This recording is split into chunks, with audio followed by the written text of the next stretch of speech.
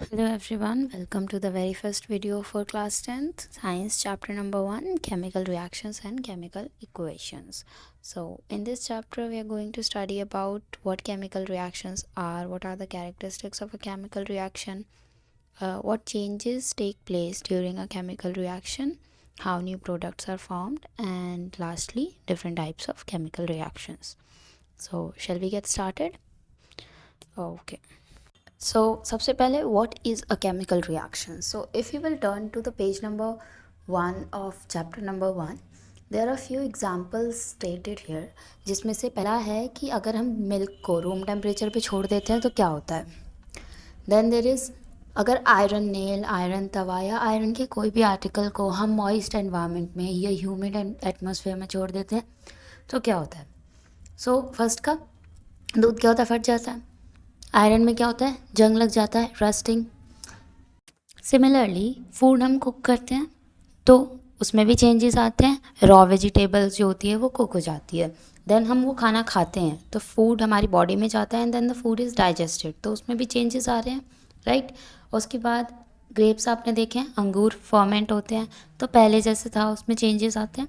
सो ये सारे किस चीज़ के एग्जाम्पल हैं, these are all example of chemical reaction, क्योंकि इसमें कोई ना कोई रिएक्शन हो रही है और इनिशियली जो हमने सब्सटेंस लिया था, एलिमेंट लिया था, वो चेंज होकर कुछ नए प्रोडक्ट्स बना रहे हैं, नए टाइप की प्रोडक्ट्स को फॉर्म कर रहे हैं और उनकी केमिकल प्रॉपर्टीज़ कम्प्लीटली डिफरेंट है. तो जब ऐसा कुछ होता है उसको बोलते हैं हम केमिकल रिएक्शन. तो केमिकल रिएक्शन की एक सिंपल सी डेफिनेशन अगर आप चाहें तो लिख सकते हैं. A chemical reaction is a process where two or more elements combine to form a new product with new chemical properties. ठीक है. अब इसी पेज पे एक एक्टिविटी दी हुई है हमें, एक्टिविटी 1.1. इसको चलिए रीड करते हैं. तो इसमें what we have to do is take a magnesium ribbon 2 से 3 सेंटीमीटर लंबी. उसको पहले हमें सैंड पेपर से साफ़ करना है. ठीक है. सैंड पेपर सबको पता है क्या होता है, कारपेंटर्स को देखा होगा आपने, वो फर्नीचर बनाते तो लकड़ी को स्मूथ करने के लिए उसको रब करते हैं या पेंट वगैरह को रिमूव करने के लिए दीवारों पे से जो पेपर यूज़ करते हैं बहुत रफ़ होता है, उसको सैंड पेपर बोलते हैं. तो हमें मैग्नीशियम रिबन को लेना है, उसको पहले सैंड पेपर से रब कर लेना है अच्छी तरह से और फिर उसको जलाना है, बर्न करना है. तो वो क्या होगा, मैग्नीशियम रिबन जलेगा. किसके साथ रिएक्ट कर रहा है, जल रहा है. अगर कोई भी चीज़ अगर जलती है तो वो मतलब ऑक्सीजन के साथ रिएक्ट कर रही है. तो मैग्नीशियम रिबन जल रहा है तो वो डैज़लिंग फ्लेम के साथ जलेगा. अब डैज़लिंग फ्लेम क्या होती है, फुलझड़ी जलती है तो वो लाइट देखिए आपने निकलती है, वाइट कलर की स्पार्कलिंग लाइट, डैज़लिंग फ्लेम, उसी को बोलते हैं. ठीक है. चमकती हुई वाइट कलर की जो लाइट होती है उसको बोलते हैं डैज़लिंग फ्लेम. तो 2 ऑब्जर्वेशंस इसमें हम देखेंगे मैग्नीशियम रिबन को जलाते टाइम. पहला तो कि वो डैज़लिंग फ्लेम के साथ जलता है और दूसरा ये कि जलने के बाद है उसमें से वाइट कलर का डस्ट ऐश निकलता है. ठीक है. ऐश प्रोड्यूस होता है. अब अगले पेज पे आ जाओ. अब हम अगर आपसे पूछा जाए कि इस रिएक्शन में मतलब इसमें आपकी ऑब्जर्वेशन क्या है तो आप क्या बोलोगे. ये नहीं बोलोगे कि केमिकल रिएक्शन हो रही है, बिकॉज केमिकल रिएक्शन हो रही है वो हमें दिख नहीं रही है. हमें क्या चीज़ दिख रही है कि एक वाइट कलर की डैज़लिंग फ्लेम निकल रही है और वाइट कलर का ऐश प्रोड्यूस हो रहा है. ठीक है. तो हमारी ऑब्जर्वेशन वो होती है जो चीज़ें हमें होती हुई सामने दिख रही है. तो 2 ऑब्जर्वेशंस हम ये लिख लेंगे. Okay. Now there is one more activity, activity 1.2, जिसमें हमें क्या करना है, लेड नाइट्रेट का सोल्यूशन लेना है एक टेस्ट ट्यूब में and we have to add potassium iodine उस सोल्यूशन के अंदर. तो दोनों ही जो ये चीज़ें होती हैं ये वाइट कलर की होती है. ओके. अब अगर हम वाइट कलर के लेड नाइट्रेट को ऐड करेंगे, ऐड करेंगे वाइट पोटेशियम आयोडीन को, तो क्या होगा, वो येलो कलर का लेड आयोडीन बनाएगा. ठीक है. क्या बनाएगा, येलो कलर का लेड आयोडीन बनाएगा. और ये जो प्रोडक्ट बनता है ये इनसॉल्यूबल होता है, मतलब ये वाटर में मिक्स नहीं होता है. ओके. इसकी भी रिएक्शन है जो हम आगे देखेंगे, बट फिलहाल के लिए आप इतना समझ लो कि वो येलो कलर का आयोडीन, लेड आयोडीन बनाएगा. नाउ एक और रिएक्शन है, एक और एक्टिविटी है, एक्टिविटी 1.3, वो भी देखते हैं.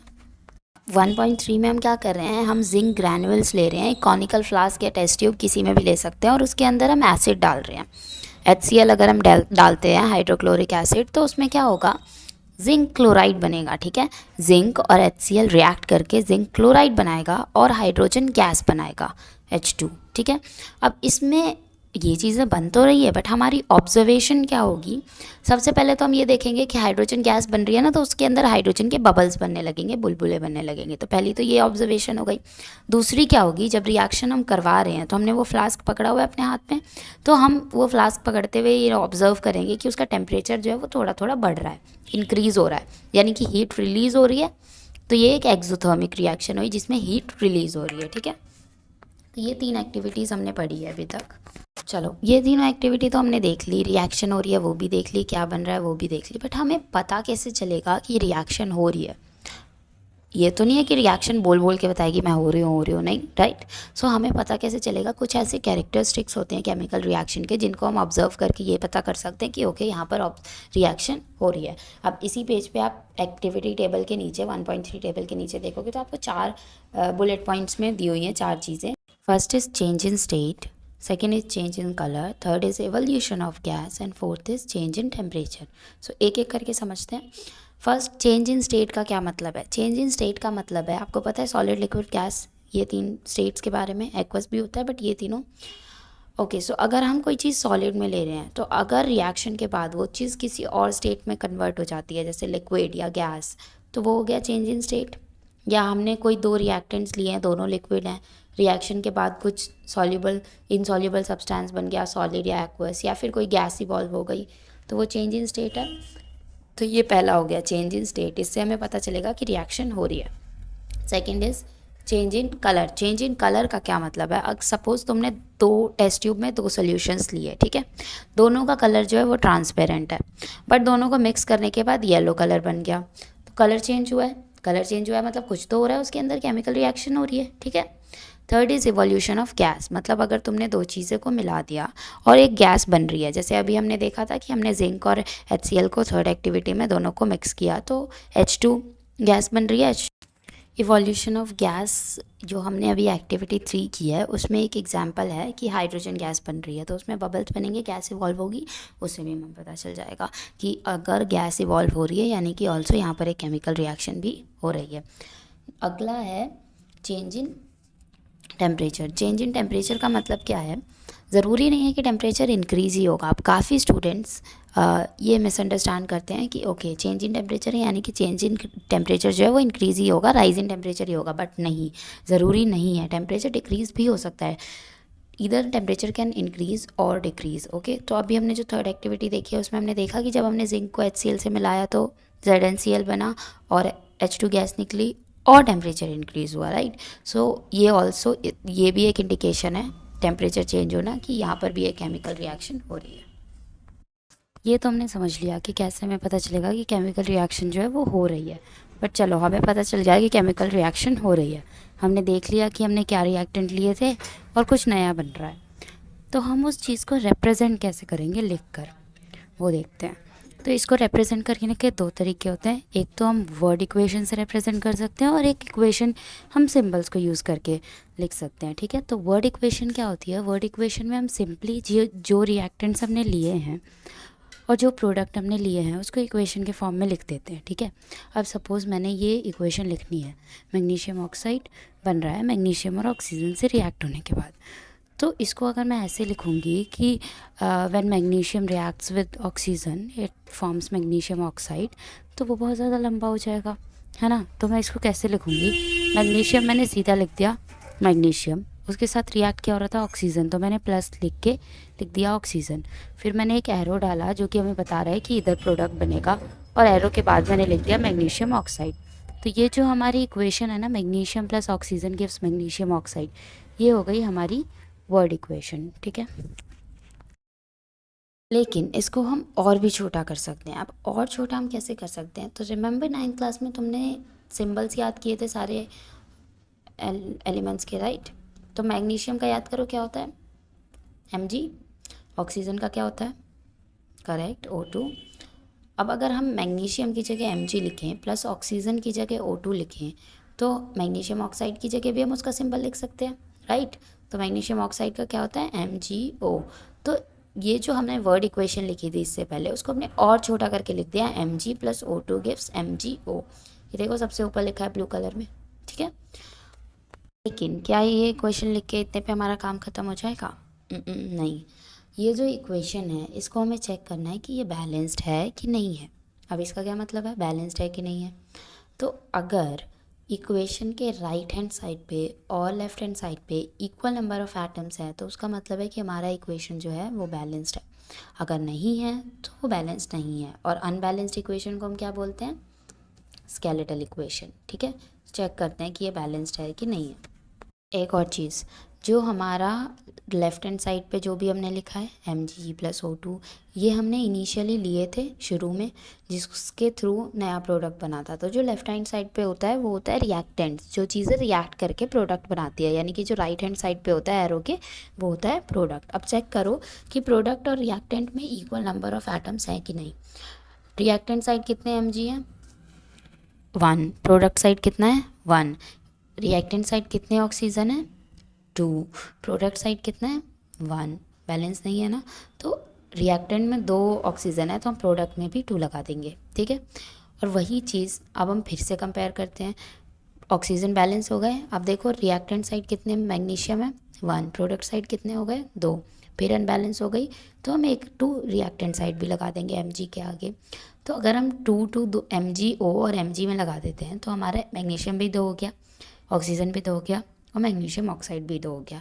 हमारी रिएक्शन हो गई बैलेंस्ड। ठीक है, क्योंकि इक्वल नंबर ऑफ एटम्स हो गए।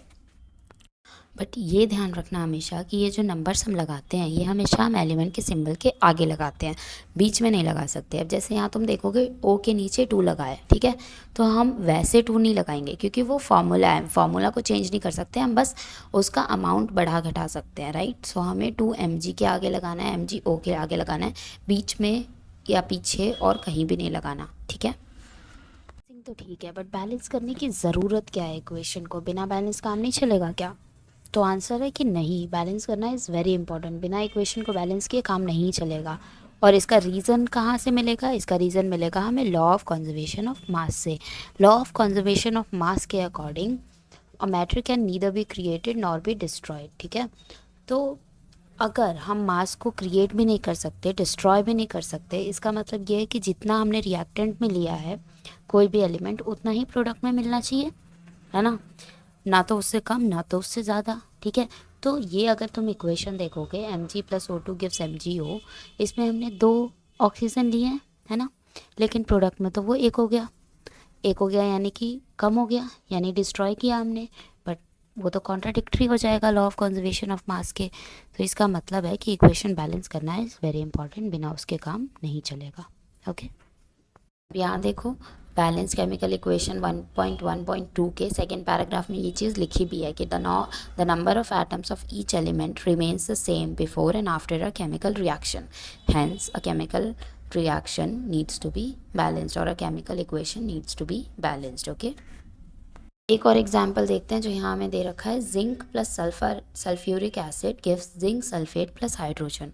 तो ये तो हमें इक्वेशन कौन से फॉर्म में दी हुई है, वर्ड इक्वेशन के फॉर्म में दी हुई है। पहले हम इसको सिंबल के फॉर्म में लिख लेते हैं। तो जिंक का सिंबल क्या होता है, Zn, very good, plus sulphuric acid H2SO4 arrow, यानी कि ये रिएक्टेंट्स थे हमारे। अब हमारे प्रोडक्ट्स हम देखेंगे।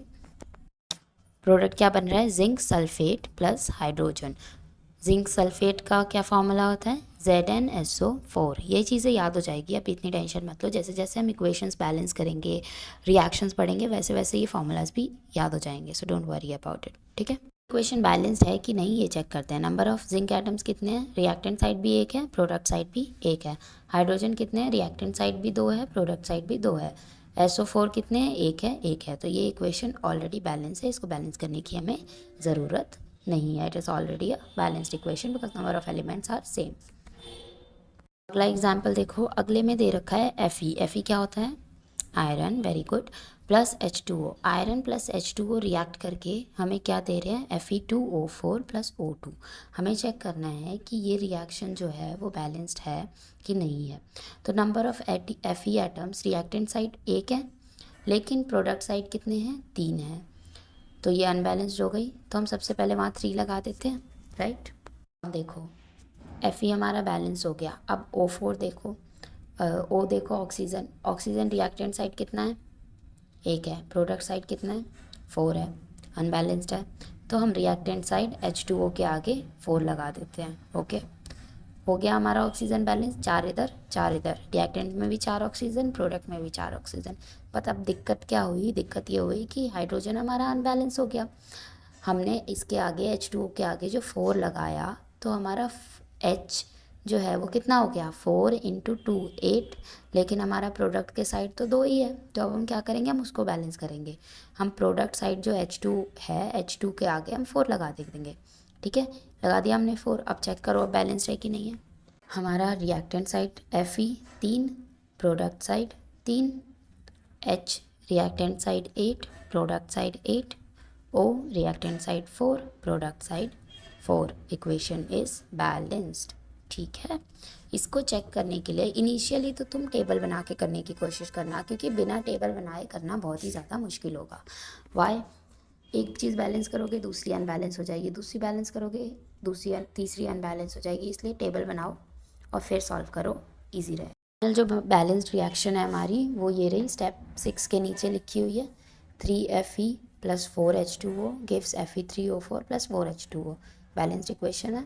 ओके, तक तो हमने देख लिया। अब 7th स्टेप यहाँ क्या दे रखा है, writing symbols of physical state. Physical state का मतलब क्या है कि जो आपने एलिमेंट लिया है, जो आपने रिएक्टेंट लिया है और जो आपका प्रोडक्ट बना है वो कौन से स्टेट का है, सॉलिड है, लिक्विड है कि गैस है, और ये चीज़ हम इक्वेशन में शो करते हैं। तो अगर मैंने आयरन जो है वो सॉलिड लिया है तो मैं उसके आगे छोटा सा S लिख दूँगी ब्रैकेट में। ठीक है, वैसे ही मैंने H2O कौन सा लिया है, गैस लिया है, यानी कि वाटर वेपर लिया है, तो उसके आगे मैंने ब्रैकेट के अंदर G लिख दिया। इनिशियल्स फर्स्ट लेटर लिखेंगे। फिर हमारा जो प्रोडक्ट बना है Fe3O4 वो क्या बना है, सॉलिड बना है, तो उसके आगे S लिखो, प्लस H2 गैस बनी है, हाइड्रोजन गैस इवॉल्व हुई है, तो उसके आगे G। ठीक है, ओके, सो इसके साथ हमारा first part of this chapter has come to an end. मिलते हैं सेकेंड पार्ट में, जिसमें हम डिस्कस करेंगे type of chemical reactions and उनके एग्जांपल्स और एक दो फिनोमेना जो उन रिएक्शंस पर बेस्ड हैं। ठीक है, तो for a quick brief, first part में हमने क्या क्या देखा। सबसे पहले देखा हमने कि what is a chemical reaction, what are the characteristics of a chemical reaction. ठीक है, 3 एक्टिविटीज़ पढ़ी हमने to find out the characteristics of chemical reaction. उसके बाद हमने देखा कि how to write a chemical equation, both word equations and by using symbols. ठीक है, and then we studied about how to balance a chemical equation. Also अगर video अच्छी लगी और सब कुछ समझ आया तो please do share it with your friends as well. And कोई भी डाउट हो, कोई भी कॉमेंट हो या कोई चीज़ और जो समझ ना आई हो तो please leave it in the comment section. I'll try to answer as many as I can. Okay, have a good day. Thank you.